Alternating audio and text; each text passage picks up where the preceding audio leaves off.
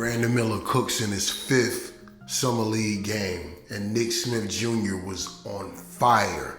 A lot of new developments since the last time we made a video, but tune in to the LitHoUsE, share the video, like the video, and subscribe. And as always, you in the house of the lead. Brandon Miller has been improving with each game during this NBA Summer League. Starting off with game 1 in Sacramento against the San Antonio Spurs, a team that has made a lot of guys struggle, including Shaedon Sharpe. In that first game, Brandon Miller struggled in the first half to find his footing, and in the second half, he came alive. The second game, he was not as aggressive as he needed to be. Some say he struggled, but to me, he played a very poised game and did not force the issue with a bunch of teammates who have a IQ at guard that is minimal, to say the least.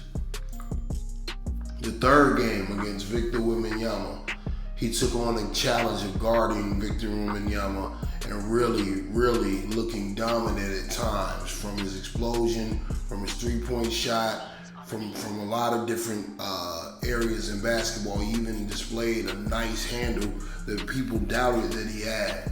The fourth game was a bit of a regression from the three-point line, but in the third and fourth quarter, he made the adjustment and started to come out of the triple threat position and get to his spots in the post and be able to hit that one-hand floater. But the fifth game is the game he finally started to put it all together.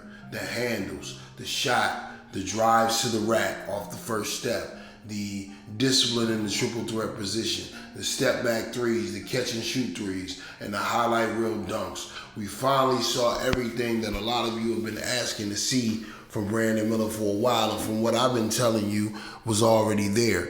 A lot of people, because they're so in love with Scoot Henderson, they look at any negative play from Brandon Miller or negative game from Brandon Miller, and they use that as a litmus test to justify why they should have got Scoot Henderson.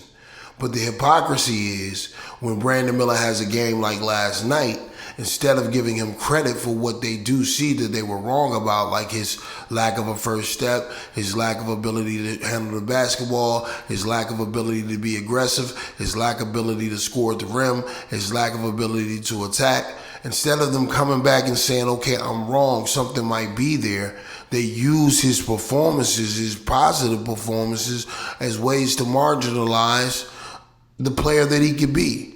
So not only do they use his negative performances as a way to marginalize him, they use the positive performances as a way to marginalize him. And that's a lose-lose situation. What can you do when no matter what you do, people are just not going to say it's good enough? They're going to say it's not good enough. And then with another guy who's supposed to be durable, another guy who's supposed to be a guy that is, he's fully developed, his body is developed, he's ready to go, but he's sitting on the sideline in the marquee matchup not playing because his shoulder, coach, my shoulder, my arm, my leg, coach, my arm, my leg. This is why I say a lot of these guys didn't watch Scoot Henderson.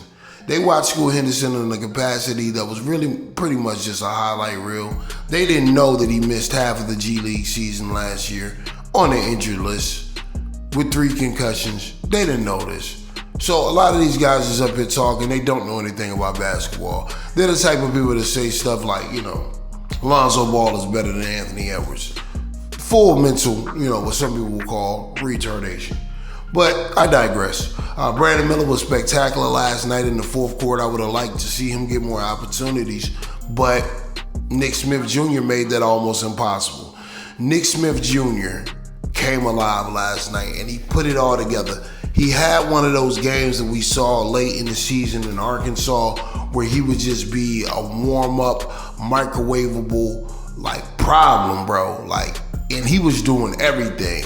Getting to the rack, countering at the rack, shooting at 15 feet, 17 feet, knocking down catch and shoot threes. He had a play late in the fourth quarter to tie the game up where he went baseline, in and out, spun off, step back, nothing but panty, draws, and a lot of alcohol. Somebody gonna get pregnant. I mean, it was crazy, man. Nick Smith Jr. was on fire.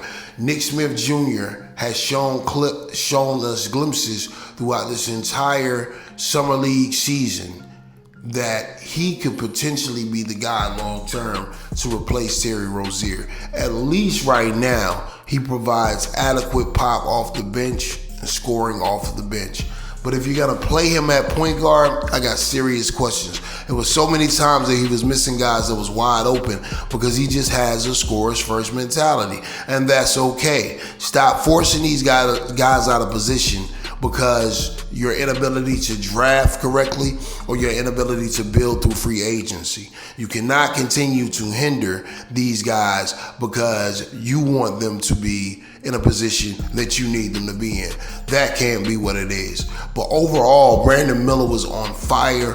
Brandon Miller was an absolute problem. And watch how you hear the crickets. You're either gonna hear crickets from these same haters now, or you're gonna hear a bunch of excuses about why he performed. You're gonna hear lame stuff like, well, a lot of the stars are shut down. Or you're gonna hear, well, it took him long enough. Or you're gonna hear, well, he's an apparition. That's an apparition. You know, he's not gonna perform like that all the time.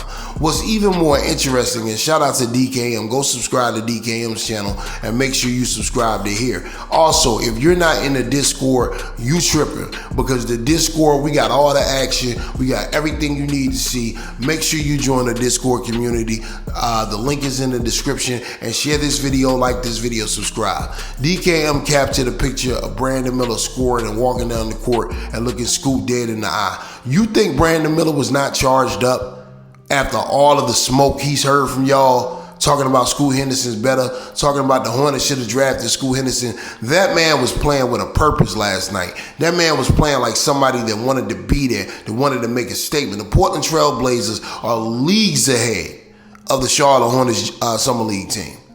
They won the championship last year, and they might be on their way this year. And the Charlotte Hornets fought them tooth and nail, and the two reasons being Nick Smith Jr., Brandon Miller, and also a spectacular performance by Kai Jones. Brandon Miller is the type of guy that if you disrespect him and you take him lightly, he will cook you.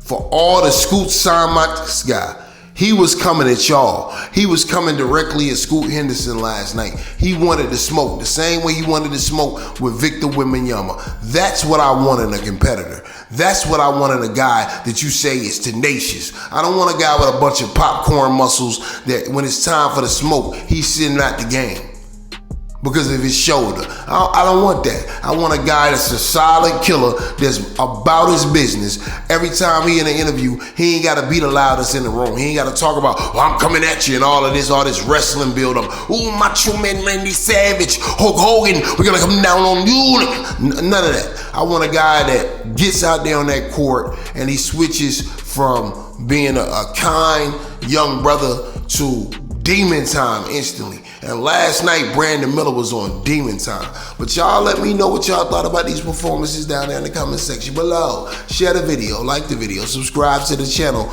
become a member of the channel, and always, you know, it's the mighty, mighty lit one.